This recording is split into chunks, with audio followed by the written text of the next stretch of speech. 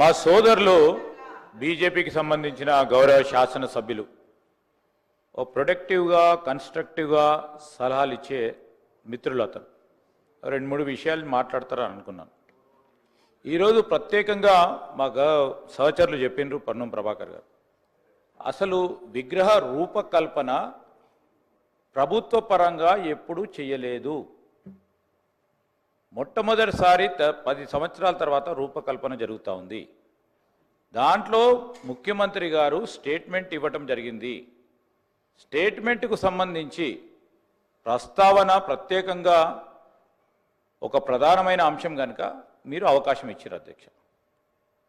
ఈరోజు వారు ప్రభుత్వానికి సంబంధించిన మంచి చెడులు, వైఫల్యాలు, విజయాల గురించి తప్పకుండా సమావేశాలు నిర్వహిస్తాం. మీరు చెప్పే ప్రతి మాటకి 10 మాటలు చెప్తాం, వెనుకకు పోయేది లేదు.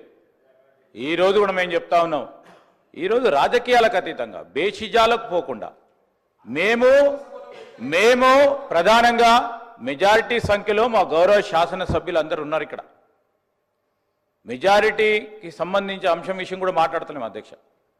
ప్రస్తావన విషయంలో మీరు కొన్ని అంశాలు చెప్తా ఉన్నప్పుడు స్వీకరించడానికి మేము ఇక్కడ కూర్చున్నప్పుడు ఇదే అదనగా అనేక అంశాలు మాట్లాడుతూ ఉన్నారు. చెప్పమనండి, ఆ రోజు సోనియా గాంధీ గారు లేకుంటే తెలంగాణ రాష్ట్రం వచ్చేదా?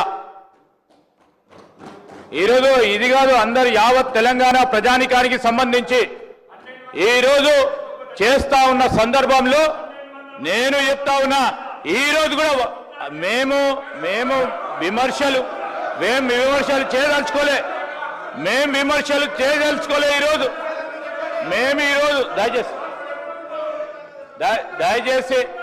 దయచేసి ఈరోజు బేషిజాలకు పోకుండా మేము ఒక పాజిటివ్ ఎన్వైరన్మెంట్లో తెలంగాణ రాష్ట్ర ప్రజలకు సంబంధించిన విగ్రహ రూపకల్పనపై మేము సిపిఐకి సంబంధించిన గౌరవ సభ్యులు కానీ బీజేపీకి సంబంధించిన గౌరవ సభ్యులకు సంబంధించిన అంశం విషయంలో వారి ప్రస్తావన విన్నాం అధ్యక్ష.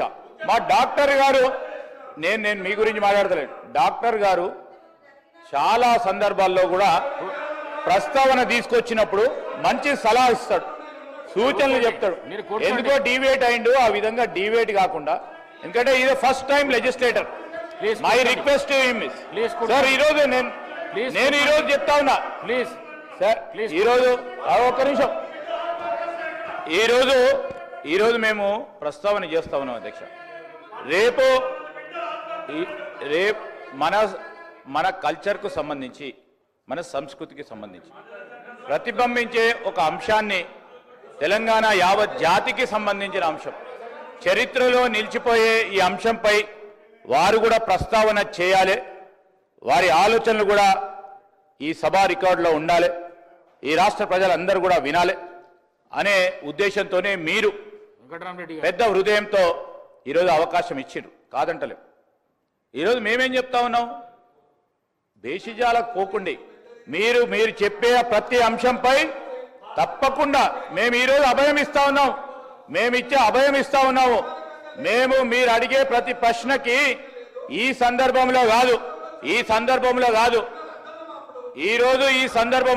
అధ్యక్ష, ఈరోజు ఈ సందర్భంలో కాదు, మేము వారు అడిగే ప్రతి ప్రశ్నకి జవాబుదారితనంగా మేము అధికార పక్షంలో ఉన్నాం. సభా సమావేశాలు జరుగుతూ ఉన్నాయి. వారు వేసే ప్రశ్నకు కానీ, షార్ట్ నోటీస్ ద్వారా కానీ, షార్ట్ డిస్కషన్ ద్వారా కానీ, ఇతర రూపంలో వస్తే మా సహచర మంత్రివర్గ సోదరులతో పాటు మేము ఖచ్చితంగా కూడా సమాధానం చెప్పడం జరుగుతుంది. ఓపికతో ఉండండి అని కోరుతా ఉన్నాం. ఇంకా రాబోయే ఇప్పుడు సెషన్ నడుస్తూ ఉంది, సెషన్కు సంబంధించి ముందుకు తీసుకెళ్లే ప్రయత్నంలో ముందుకు సాగుతా ఉన్నాం. నేను దయచేసి గౌరవ శాసన సభాపతి గారిని కోరుతా ఉన్నా, మీరు చాలా మంది సభ్యులు ఈ ప్రస్తావనలో పాల్గొనాలని ఆసక్తి చూపెడతా ఉన్నారు. దయచేసి వారికి కూడా అవకాశం ఇవ్వాలని కోరుతా ఉన్నాను.